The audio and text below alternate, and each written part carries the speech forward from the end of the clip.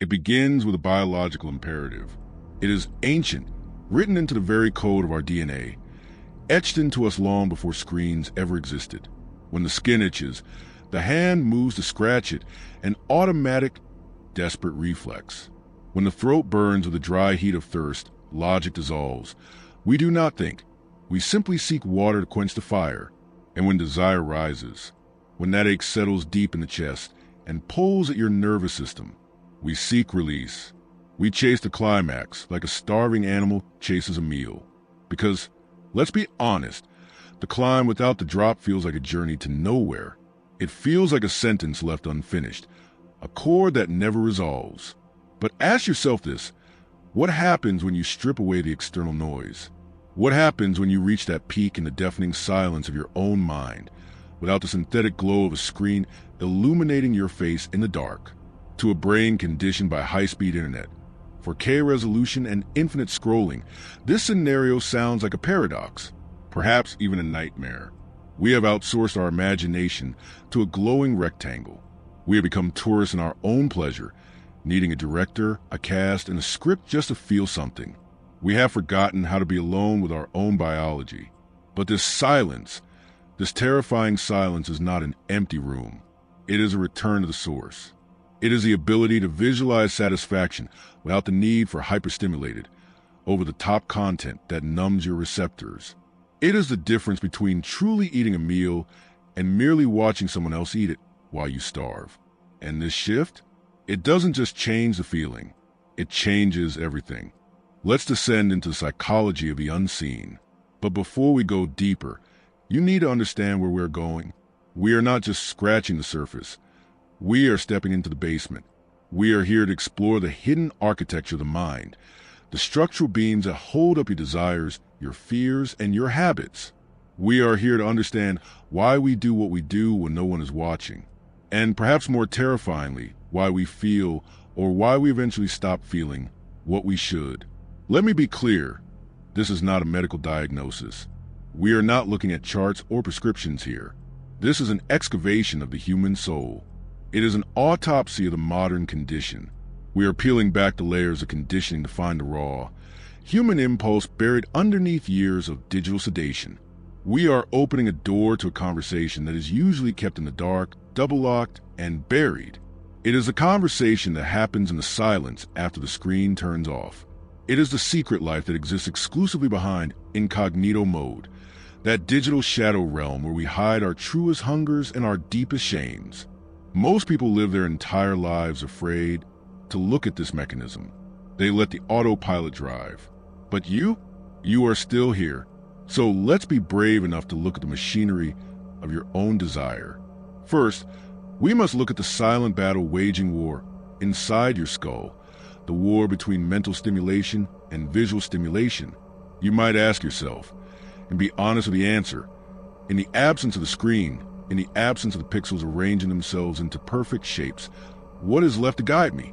If the internet went dark tomorrow, would your desire survive or would it starve? The answer lies in something archaic, something dusty and forgotten in the corner of your psyche. Yet, it is the most powerful tool our species has ever possessed. Imagination. But let's face the reality of the world we live in. We inhabit an era dominated by artificial intelligence and algorithmic content feeds that don't just serve us, they own us. They spoon-feed us our fantasies like we are infants in a high chair. They inject dopamine directly into our veins, so we never have to work for it. In this world, the concept of rely on the mind's eye seems almost obsolete. It feels primitive, like trying to hunt with a sharpened stick in the age of predator drones. Why build a world in your head when you can click a button and have it delivered in 4K? But this convenience comes with a terrible price: atrophy. Just as a muscle withers away when it is locked in a cast, your imagination is dying from disuse. Engaging in this act without the visual crutch of pornography is a fundamentally different experience. It is a shock to the system. When you watch, you are a zombie. Look at yourself in the reflection of a dark screen. Slumped over, mouth slightly open, a passive consumer glued to a display, letting a director, an editor, and a corporation dictate exactly what your desires should look like. You are not a participant. You are a vessel, but when you close your eyes, the script disappears. The director quits. Suddenly, you are the creator. You are forced to rely on the raw machinery of your own brain. You have to build the scene, the touch, the voice, the smell. You foster a visceral connection with your own body, engaging all senses rather than just overloading your optic nerve. It is difficult at first. It feels like trying to run after years of sitting in a wheelchair, but it is a liberation. By closing your eyes, you are unchaining yourself from the doom-scrolling loop. You are rejecting the commodification of intimacy. You are taking back the steering wheel of your own biology and saying, I decide what turns me on, not the algorithm. And then, inevitably, we must confront the tragedy of the numbness. We call this desensitization, but that word is too clinical. It's too clean. What it really is blindness. Think of your mind like a canvas painted with a delicate palette of colors. Your sensitivity to the world is finite. When you overexpose the brain to constant, extreme, hypersaturated sexual stimuli, the colors don't just stay there. They begin to burn out. They fade. The baseline for arousal shifts tectonically. What used to be a mountain is now a flat line. The extraordinary becomes normal. The shocking becomes mundane, and the normal simply becomes invisible. Excessive consumption creates a tolerance, indistinguishable from that of a heroin addict chasing a high that no longer exists. Your brain, bombarded by increasingly extreme, bizarre, and novel imagery, grows thick calluses to protect itself. It grows numb to the subtle, quiet beauty of reality. And this leads to a terrifying erosion of desire in the real world. This is where the dysfunction sets in. This is where the dissatisfaction rots you from the inside out. It creates a profound, hollow disconnection from the tangible world. You start looking at real people. People with flaws, people with pores, people who don't follow a script, and you feel nothing. You feel a static void. You look at a partner or a potential lover, and your brain is frantically searching for the edit. It's searching for the filter, the impossible angles, the exaggerated performance, the synthetic perfection. And when you don't find it, when you are faced with raw, unfiltered humanity, you don't just feel bored, you feel cheated. You feel like reality isn't enough for you anymore. And that is a lonely, gray place to exist. But listen closely, because this is not a death sentence. There's a way back. It is called recalibration. It is a hard reset of your biological hardware. To truly understand this, we must look at the chemistry of reward. We have to talk about dopamine. Dopamine is not just a chemical. It is the architect of your reality. It is the currency of motivation. It is the fuel that makes you get out of bed, chase a goal, or pursue a lover. But here is the problem. Economy. When you overindulge in digital stimulation, when you click and scroll and consume without effort, you flood the system. You are printing money in an economy that cannot support it. You cause a hyperinflation of pleasure.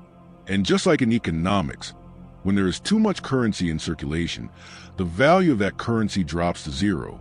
The reward circuitry doesn't just get tired, it burns out. It goes bankrupt. Suddenly, the things that should bring joy, simple, organic things, lose their signal.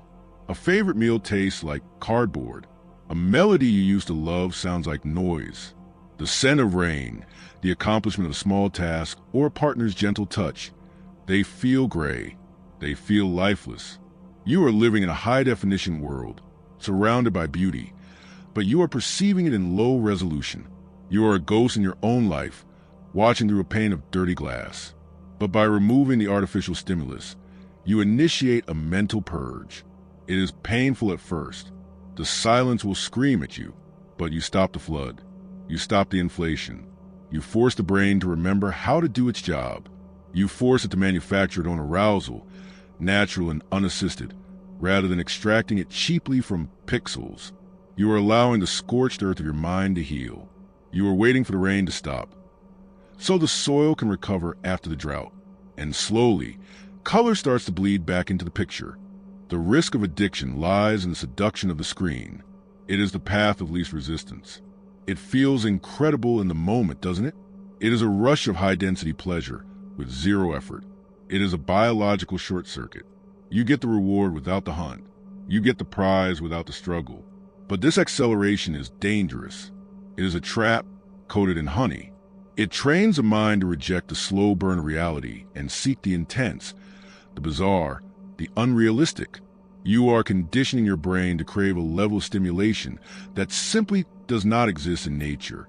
It creates a hunger that reality cannot feed, a hunger that leaves you starving even when you are full.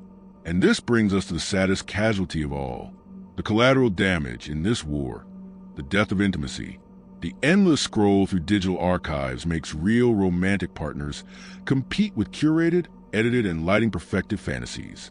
Think about the unfairness of that battle. A real human being, with insecurities, with bad days, with physical imperfections, is forced to compete against a database of millions of idealized, artificial bodies. It is a war your reality cannot win. There's a profound and painful truth in the neuroscience. Neurons that fire together, wire together. If your brain learns to be aroused solely by watching others engage in the act, it eventually loses the ability to be aroused when you are the one engaging. You are rewriting your role in the story. You cease to be the actor. You become a spectator in your own life. You are no longer the hero conquering the challenge. You are the guy in the cheap seats, sitting in the dark, watching the screen, while the stage where your life should be happening sits empty. Removing the screen does more than just break a habit. It revitalizes a connection that you severed long ago. It clears the fog. You might not even realize you are living in a fog until it starts to lift. But when it does, it is not just about quitting a digital addiction. It is about waking up. It is like gasping for air after being held underwater. The dullness of desensitization begins to fade, peeling away like dead skin, revealing the raw, sensitive nerves underneath. You are allowing the chemistry of human contact to work exactly as it was designed to work for thousands of years, long before we polluted it with pixels. The distortion reverses. The static in your head clears. The magic, the real magic, returns to the mind. Suddenly, the world isn't gray anymore. The touch of a hand becomes electric again. A glance from a stranger holds weight. The texture of reality becomes sharp, vivid, and overwhelming in the best possible way. You are no longer needing a shock to feel something. The subtle becomes enough. And that silence, the silence we feared at the beginning, it is no longer empty. It is no longer a void that needs to be filled with noise. It is full of potential. It is a blank canvas. It is a space where you finally stop watching and start living. So, I turn the mirror back to you. This journey isn't passive. It requires action. I want to know, what are your thoughts on this internal shift? Have you ever attempted to sever the digital cord in order to finally reconnect with the stranger living inside your own skin? Be honest with yourself and be honest with us. When the screen goes dark, does the silence offer you clarity, or does it terrify you? Does it show you a path, or does it show you exactly what you've been running from? Share your experience in the comments below. Let's make this space a testament to reality, not just another echo chamber. Your story might be the signal someone else needs to wake up.